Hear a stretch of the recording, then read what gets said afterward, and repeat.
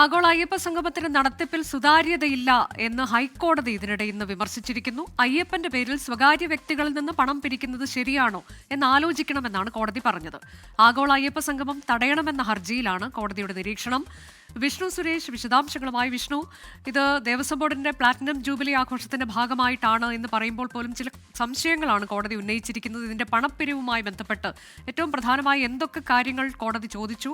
അതിൽ രേഖകൾ ഉൾപ്പെടെ സമർപ്പിക്കാനാണല്ലോ കോടതി നിർദ്ദേശം. വിഷ്ണു.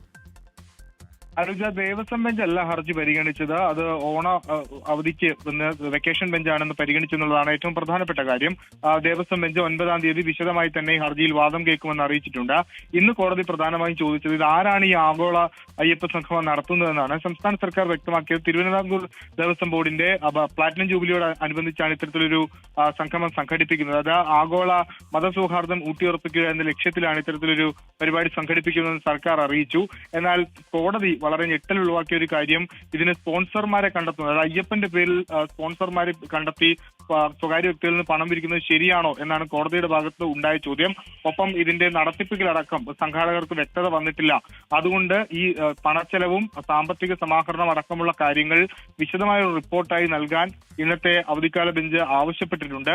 9-ാം തീയതി ഈ ഹർജി വീണ്ടും പരിഗണിക്കുമ്പോഴാണ് ദേവസ്വം ബോർഡിനോടും സർക്കാരിനോടും റിപ്പോർട്ട് സമർപ്പിക്കാൻ ആവശ്യപ്പെട്ടിട്ടുള്ളത്.